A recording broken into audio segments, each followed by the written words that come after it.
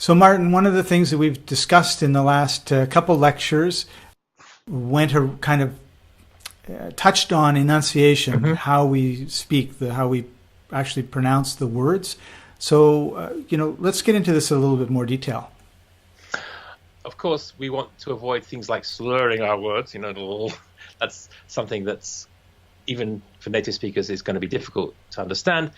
But there are, even when you're speaking normally, there is what we call elision and contractions where you put words together. I mean, can, cannot, can't. But when you say it quickly, I can't do it, can't. So it becomes very different when you speak quickly. And there's also the things like, if I said to you, if you want to be, do you recognize that? Remember No. that Spice? Do you not recognize the Spice Girls song? If you want to be if you want to be. Uh-huh. So I had lots of students saying to me, what does if you want to be mean? I said, what? If you want to be, what does it mean? And they showed me the song. They said, if you want to be.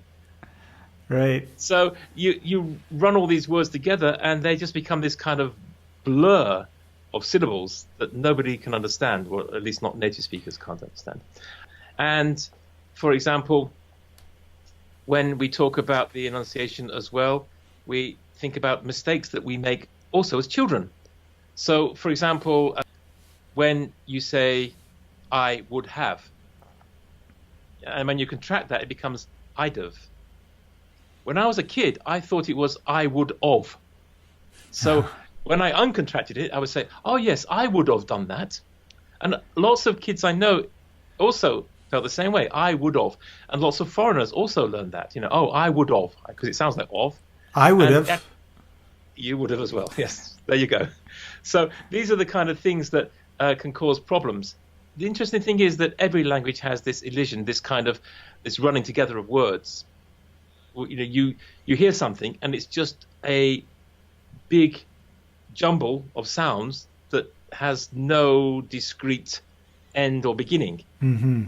And to the person speaking that as a native language, they understand perfectly what it is. But to you, you just hear this long blur and you have no idea what it is. So it's not just a problem for English people. It's every language they do this. Like you're saying, when you were trying to talk to people in other countries, they say something, it's just like blur, and I have no idea what they're saying. So in that sense, it's important, yes, to enunciate, particularly when you're speaking to somebody who is not talking to you in their first language. So it's a fine balance, because as we've discussed, if you speak too slowly, they're looking at you thinking, he thinks I'm stupid because he's talking to me like I am an idiot. So you have to find the balance where you speak slowly enough, you enunciate clearly enough, there you go.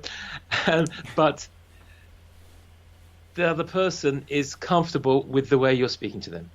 Because, again, now we can speak relatively quickly, or we can slur a couple of words here and there, and we still get the general gist of it. But we're two native speakers.